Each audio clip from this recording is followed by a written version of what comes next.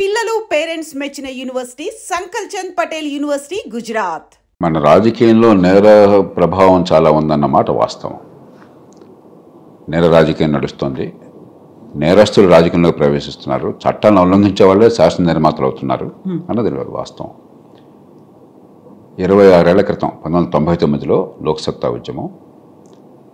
ఆనాడు ఒక నిపుణులతో కమిటీ ఏర్పాటు చేసి ఒక ప్రధాన న్యాయమూర్తిని అధ్యక్షుడిగా పెట్టి జస్టిస్ లక్ష్మణరావు గారు, మరి కె వేణుగోపాల్ గారు, ఇతర పెద్దలందరూ కూడా, అనుభవం పెద్దలందరూ కూడా, వివిధ రంగాల్లో నిపుణులు, నిజాయితీకి పేరున్న వాళ్ళు, న్యాయ కోవిదులను కూర్చోబెట్టి పత్రికలు ప్రజల సహకారంతో పోస్ట్ బాక్స్ నెంబర్ 100 అని పెట్టి 100 అని పెట్టి సమాచారాన్ని ప్రజల నుంచి పత్రికల నుంచి సేకరించి దాన్ని వెరిఫై చేసి మొట్టమొదటిసారిగా ఎన్నికల్లో పోటీ చేస్తున్న వాళ్ళ నేర చరిత్రను బయటపెట్టాం. దేశ చరిత్రలో మొట్టమొదటిసారి జరిగింది అది. 42 పేరు బయటపెడితే దేశం మొత్తం నిర్ఘాంతపోయింది. అప్పుడు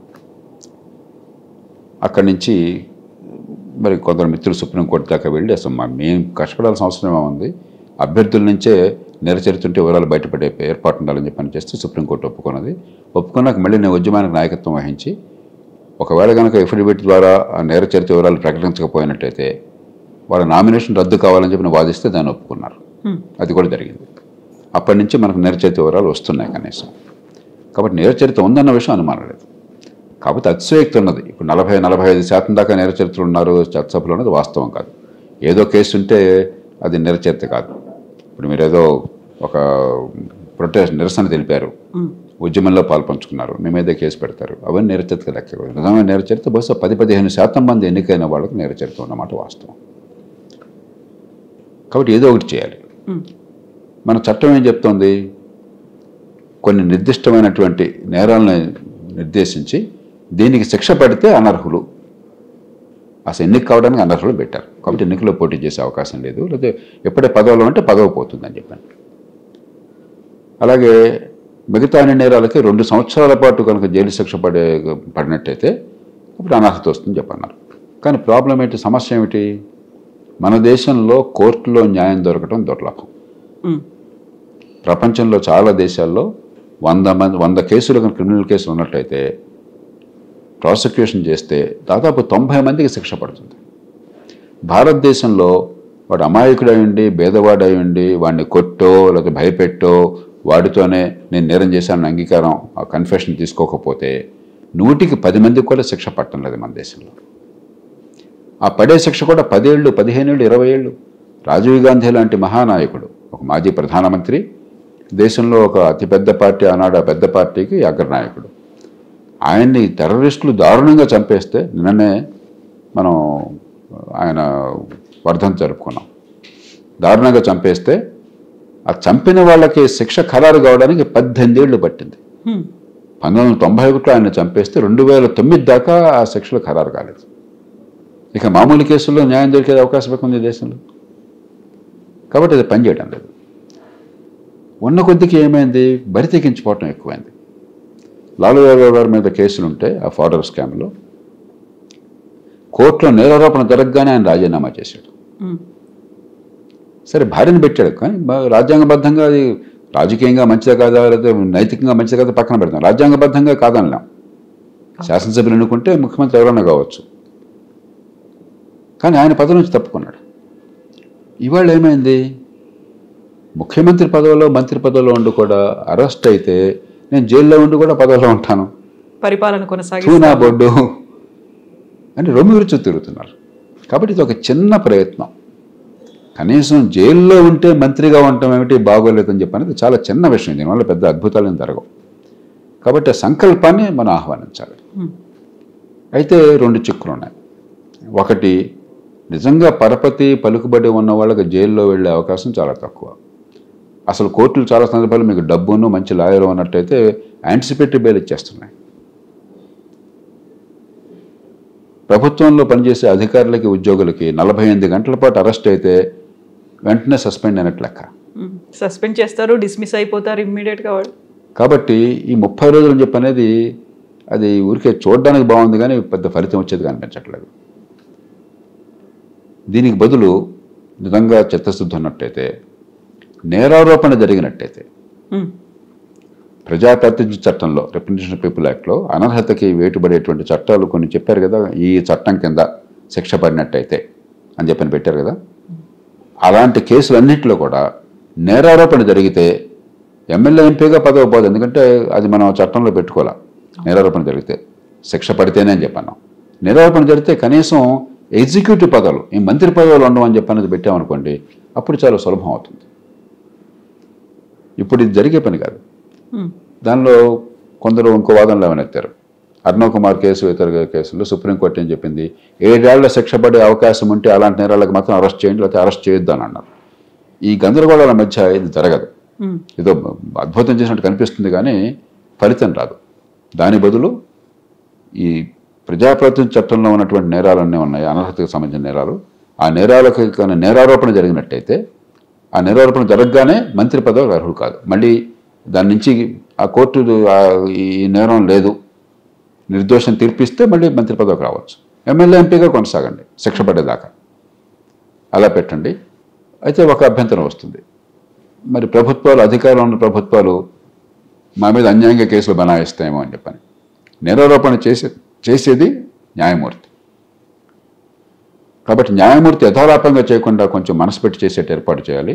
ఒకవేళ సందేహం ఉంటే దానిపైన ఇంకొక సేఫ్ గార్డ్ పెట్టుకుందాం, ఒక జాగ్రత్త పెట్టుకుందాం.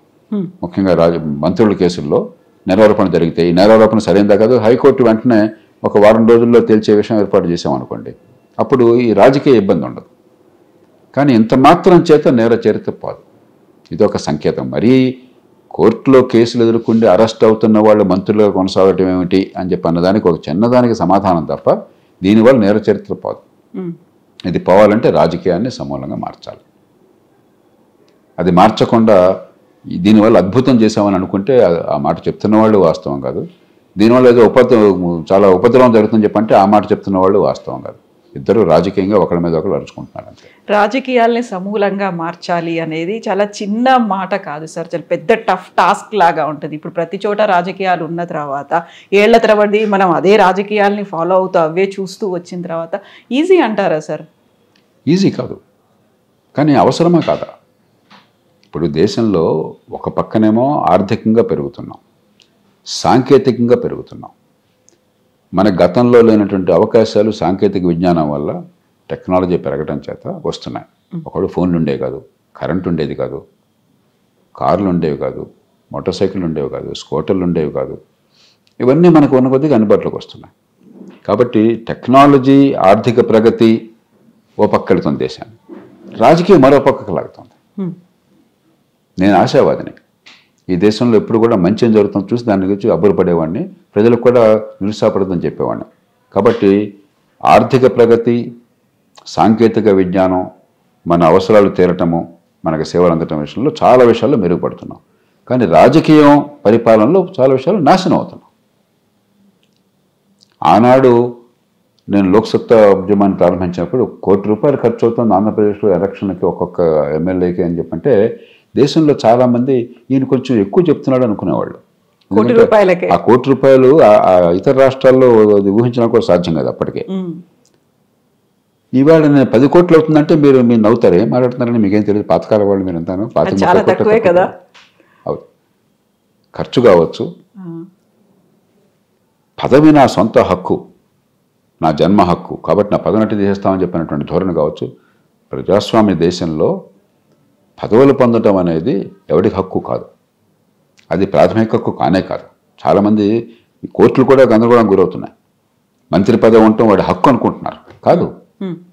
మంత్రి పదవి ప్రజల కోసం, ప్రజల సంక్షేమం కోసం, అంతేగాని మంత్రి పదవి ఎవరికి హక్కు కాదు, ఎమ్మెల్యే పదవి ఎవరికి హక్కు కాదు. దానికి కొన్ని పద్ధతులు ఉన్నాయి. ఆ పద్ధతుల్లో పొరపాట్లు జరగకుండా, ప్రజా సంక్షేమం దెబ్బతినకుండా చేసే బాధ్యత చట్టానికి, రాజ్యాంగానికి ఉన్నది. కానీ మనం అది మర్చిపోయినాం. కోర్టు కూడా ఒక కేసులో ఉదాహరణకి, మరి పొన్నయ్యో ఏదో అన్నాడు, పేరు సరే మర్చిపోయినాడు, తమిళనాడులో ఒక మంత్రికి శిక్ష పడింది అవినీతి కేసులో. శిక్ష పడింది, శిక్ష పడిన దేశంలో శిక్ష పడింది. పడితే సభ్యత్వం రద్దయింది, మంత్రి పదవి పోయింది. సుప్రీంకోర్టు దాని మీద శిక్ష మీద స్టే ఇచ్చి, ఆ తీర్పు మీద స్టే ఇచ్చి గవర్నర్కి హుకుం జారీ చేసి మళ్ళీ మంత్రి పదవికి వాడికి ఇస్తావా లేదా, వాడిని ప్రమాణ స్వీకారం చేయిస్తావా అని చెప్పి నాకు కన్నెర చేసింది. ఏం చేస్తున్నాం మనం అంటే, వాడికి మంత్రి పదవి పొందడం ముఖ్యం ఆ దేశంలో, లేకపోతే ప్రజల్ని ఎలాంటి పరిస్థితుల నుంచి కాపాడటం ముఖ్యమా? ప్రజాస్వామ్యం ఎందుకోసం ఉన్నది? అది మర్చిపోయినాం మనం. ఈ నేపథ్యంలో 3 మార్పులు కావాలి. ఒకటి, రాజకీయ పార్టీలు ఇవాళ సొంత ఆస్తులేనా? అలా కాకుండా పార్టీలు ప్రజల ఆస్తులు ఉన్నట్టుగా పార్టీలను ప్రజాస్వామ్యీకరించాలి. 2, ఎలక్షన్లో ఈ డబ్బుల వల్ల ఎలక్షన్లో మరి కొన్ని లక్షణాలు ఉన్న వాళ్ళే గెలిచే అవకాశం ఉండటం వల్ల కదా ఈ గొడవంతా వచ్చింది. వీళ్ళు రాజకీయంలోకి రావటం పార్టీ నాయకులు దుర్మార్గులు కాదు, దేశాన్ని నాశనం చేయాలనుకోవాలి. వాడి గెలుపు గుర్రాలు కావాలి. గెలుపు గుర్రం నేరస్తులైనా కాకపోయినా వాడికి అభ్యంతరం లేదు. వాడి కులం బలం ఉంటే, వీరుంటే కుటుంబం బలం ఉంటే, వాడి బాగా డబ్బు ఉంటే, వెనకాల వాడికి మంది బలం ఉంటే వాడు గెలిచే అవకాశం ఎక్కువ ఉన్నది. వాడి ప్రతిభ వల్ల, వాడికి ప్రజా జీవనంలో వాడు చేసిన మంచి సేవల వల్ల, వాడి ఆలోచనల వల్ల కాదు నాయకత్వం వచ్చేది. నేను చెప్పిన 4 లక్షణాలు: డబ్బు ఉందా, కులం ఉందా, కుటుంబం ఉందా, మరి వెనకాల మంది మరబలం ఉందా? ఈ 4 ఉంటే అంగబలం అర్ధబలం, ఈ 4 ఉంటే వాడు గెలుస్తాడు. కాబట్టి అలాంటి వాళ్ళని సీట్ ఇవ్వాల్సి వస్తుంది గతిలేక, గెలవాలి కాబట్టి. ఎన్నికల వ్యవస్థను మార్చండి. సమర్థులు, నిజాయితీ పరులు, నేరాలకు పాల్పడిన వాళ్ళు, నీతికి నియమాలకి బద్ధులైన వాళ్ళు, ప్రజా సంక్షేమాన్ని పెంచేవాళ్ళు గెలిచే ఏర్పాటు వచ్చే ఆర్థిక ఎన్నికల వ్యవస్థ చేయండి. 3వది, ఇవాళ మన ఎవరికి ఇప్పుడు పార్లమెంటు గొడవంతా ఏంటి? చట్టాన్ని దుర్వినియోగం చేస్తారు. మీరు అలాంటి చేసినట్టయితే మీ ప్రత్యర్థుల్ని పదవి దింపేట్టుగా వాళ్ళని జైల్లో పెట్టించి ఏర్పాటు చేస్తారని చెప్పండి. నిజానికి జైల్లో పెట్టాల్సింది, అరెస్ట్ వారెంట్ ఇవ్వాల్సింది కోర్టు. కానీ నమ్మకం పోయింది. ఎందుకని? చట్టబద్ధ పాలన లేదు ఈ దేశంలో. చట్టం ఉన్నవాడికి చుట్టమైంది, బడితో ఉన్నవాడిదే బర్రె అయింది. ఖండబలం ఉన్నవాడిదే చట్టం అయిపోయింది, అధికార బలం ఉన్నవాడిదే చట్టం అయిపోయింది. అలా కాకుండా ప్రపంచంలో మిగతా దేశాలు అలా లేదే. చట్టబద్ధ పాలన అని చెప్పంటే సమర్థ న్యాయం, నిష్పాక్షికంగా నీ పదవితో, నీ డబ్బుతో, నీ అంతస్తుతో, నీ హోదాతో సంబంధం లేకుండా అందరికీ సమానంగా అంది ఏర్పాటు కావాలి. అది లేదు భారతదేశంలో. దీన్ని మార్చాలంటే పోలీస్ యంత్రాంగాన్ని మార్చాలి. పోలీసులు స్వయం ప్రతిపత్తి పనిచేయాలి, జవాబుదారీగా పనిచేయాలి. అంతేగాని పోలీసు అధికారులకు ప్రతిరోజు ప్రభుత్వం హుకుం జారీ చేస్తూ ఉంటే మరి నేర పరిశోధన చేస్తున్నప్పుడు పక్షపాతం లేకుండా ఎట్లా ఉంటుంది?